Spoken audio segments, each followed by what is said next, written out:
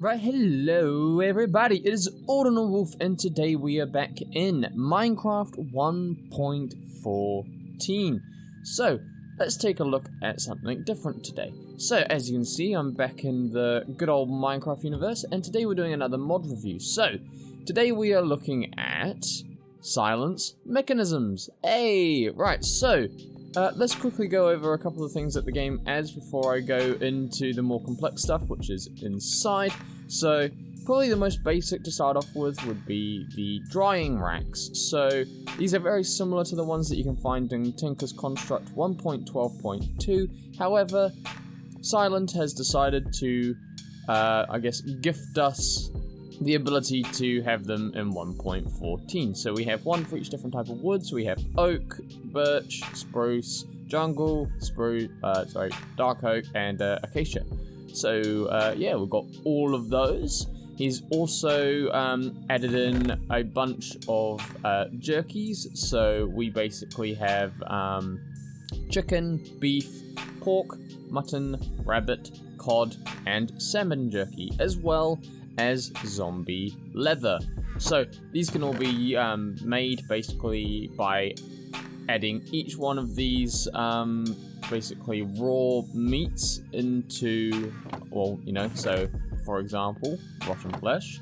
If you right click on the drying rack with said item, this can also be done with the other ones, and if you leave it there for 20 seconds approximately, the output of one of these shall come out. So that is basically the drying racks. When we come back, we'll just have a quick check to see if these guys have changed to zombie leather.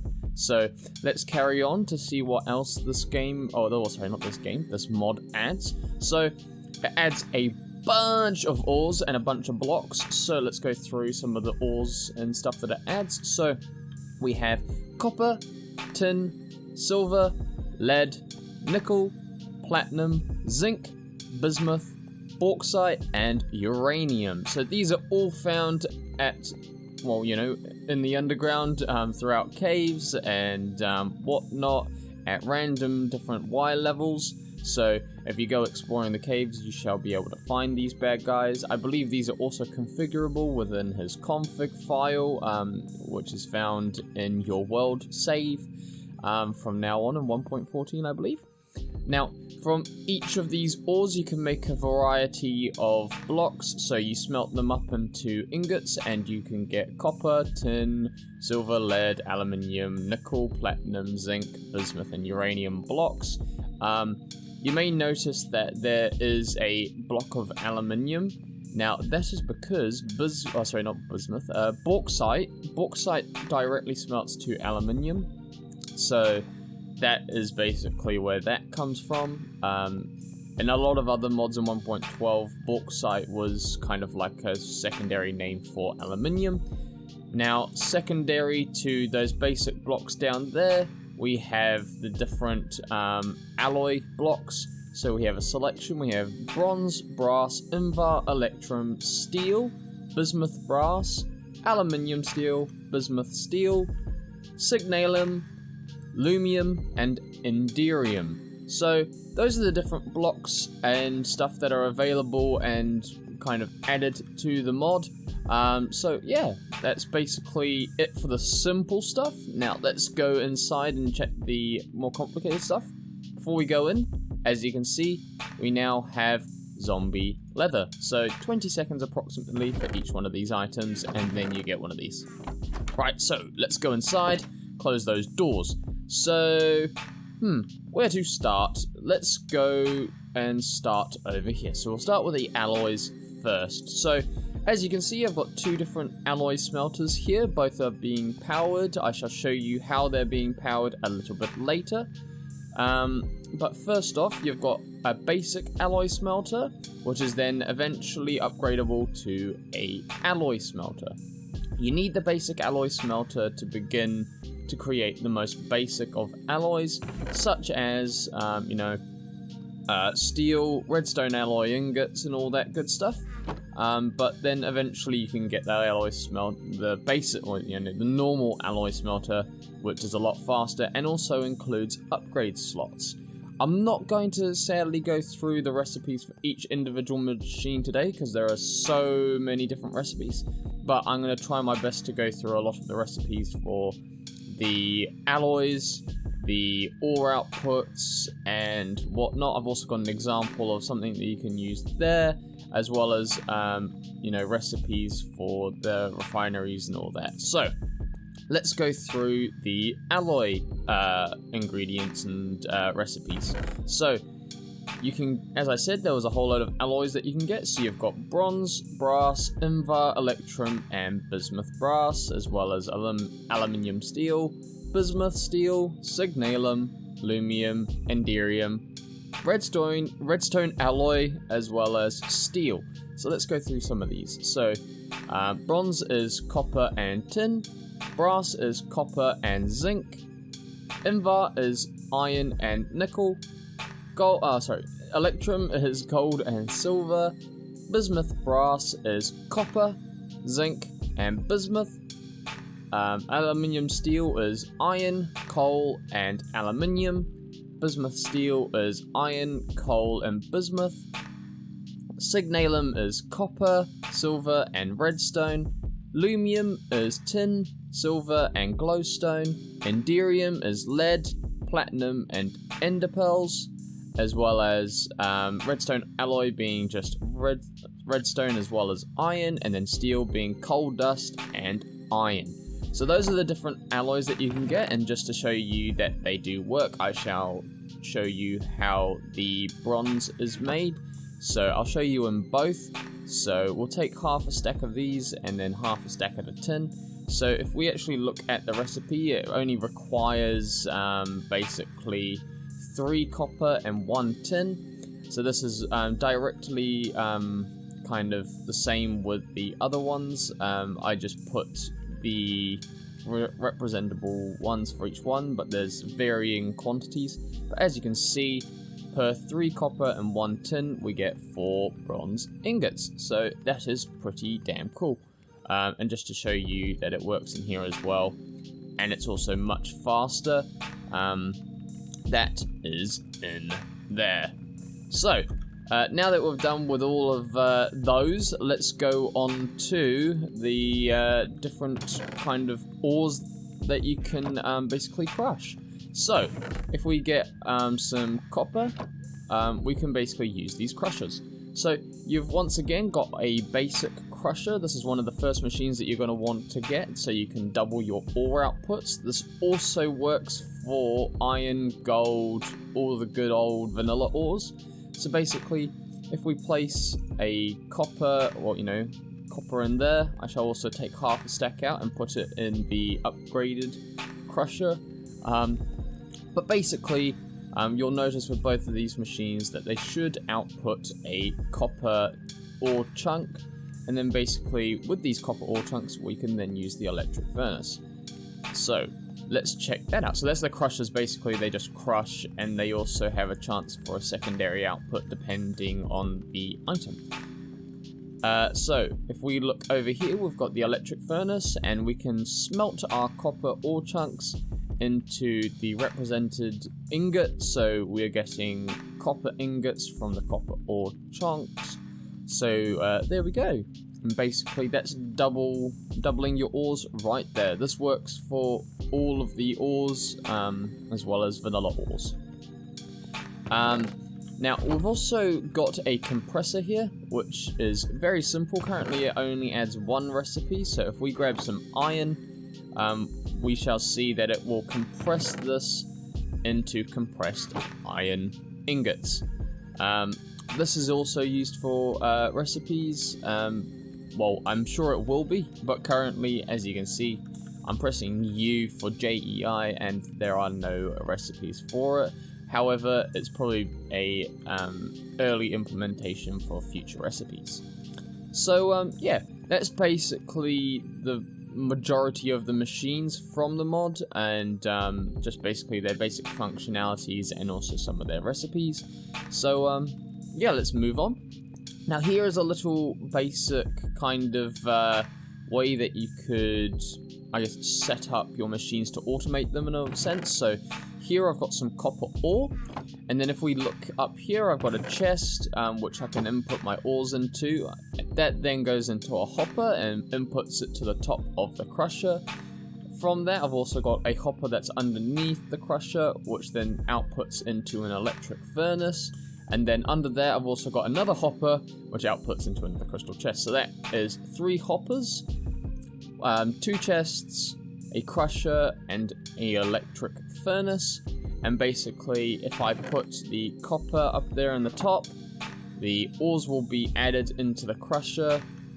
Eventually, the crushed outputs will then be outputted into the electric furnace, and then the output from the electric furnace will then be added into the chest at the very bottom. So that's a basic way without using item conduits or anything like that, because sadly this mod doesn't have that in here as a current functionality, but I'm sure probably in the future it will.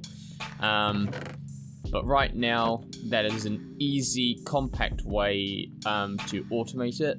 Now, these machines also need to be powered by some kind of generator or bat box. This bat box here just stores energy and can also be upgraded using batteries. And then you can utilize the wires which are added in the mod to connect up the machines. So, pretty easy there. So, yeah. I guess let's carry on with the other machines. So here I've got 3 different machines. I have a refinery, I have a mixer, and I also have a solidifier. So basically I've got some kind of stuff in here. So out in the world you shall find, chunks of oil, and you can do a combination of bucketing it up just using normal buckets, or you can use a pump, which I'll show you next. However, and then using the pump you can output them into these empty canisters and then fill them up with oil. Now for the refinery, we're going to stick some oil into it, and slowly, as you shall see, it will make us some I think it's ethanol? Where is it? Ethane, I think. Ethane and water or something. Let's have a look. Oh, sorry, there we go. So ethane and diesel. And then basically what you can do is using these empty canisters, output both. And there we go. We've got diesel and ethane canisters, which is very cool. So diesel is used for power generation as well as mixing, and ethane is also used for mixing too.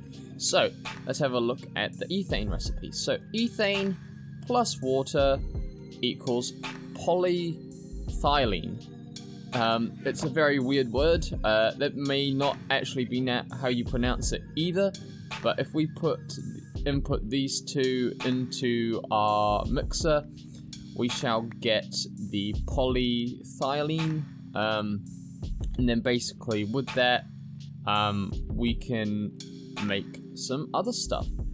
So basically that's the only recipe I believe that is added using the mixer at the moment. Let's have a quick look just to make sure. Yeah, so once again, only recipe so far, but I'm sure there will be more in the future. Now, to actually use this polyethylene, what you can do is you can actually add it into a solidifier. We'll add a couple in there, and basically what this does is it will turn these polyethylenes into little bits of plastic. So we've got plastic pellets here, and that's what we shall get. So we'll get 8 plastic pellets for each individual canister. Each individual canister holds 1 bucket worth of, I guess, liquid is what you could call it. Yeah, pretty simple and bog standard. To just show you guys basically how the pump works, I have got a pump here just pumping up an infinite amount of water, and I've got it powered via a bat box and a battery, and as you can see it's been grabbing water. And if I grab either a bucket or one of the empty canisters that I have got here, so if I do that, it empties into 1 canister, or I can also empty it into a bucket, and then using the power it will just consistently fill. This is the same usage for oils. So yeah, basically I shall stick all this in here to get it out of my inventory, and we shall move on. So before we looked at basically the refining, mixing, and solidifying process, now these are actually very useful because we can use those to make machine upgrades. So those plastic pellets that we made before, we can actually turn into plastic sheets. So let's do that here by combining them like so in a crafting bench, and you can get some plastic sheets. This is also able to be done in your inventory, I believe, if you have the inventory crafting table, obviously if you're in survival mode, but I am not.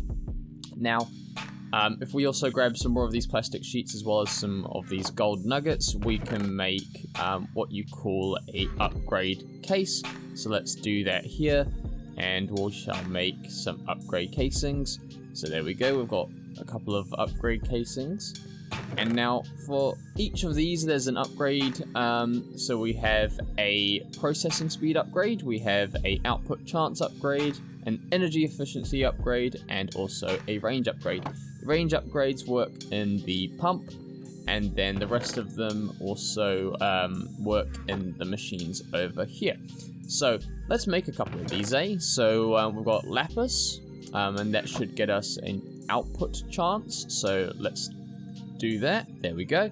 So we've got an output chance upgrade, and then over here we want to get the energy efficiency upgrade. So I'll make that. Bam and bam. So there we go. That's that one. Then the processing speed upgrade, we shall grab these and then make the processing speed upgrade. And then last but not least, the range upgrade, which is just an ender pearl as well as one of the casings. So we can actually stick these upgrades in the machines, and basically, yeah, pretty simple. I shall also show you how these can be used up in here. I shall actually put it in there for now and take out this copper ore just to show you that it's much quicker, makes stuff much faster, it's just nicer in general. And these can obviously be added to. Also you can increase the output chance and the energy efficiency, so that it doesn't use necessarily quite so much power. So yeah, it's pretty simple, and obviously there's 4 upgrade slots per machine. So yeah, pretty simple, pretty self-explanatory, and obviously those are addable to the machines like the crusher, the alloy smelter, the electric furnace, and the compressor. But yeah, pretty simple if I don't say so myself. So anywho, so now that we've done some recipes, let's move on. So over here I have got a coal generator, a lava generator, and a diesel generator. So these are going to be your viable options for power generation. Once again, for lava you can use the pump over there, so that's massively handy, but your first generator is going to be the coal generator. So basically, as you can see here, I've got it basically burning coal and outputting it through wires into a bat box, which is powering all my machines over there.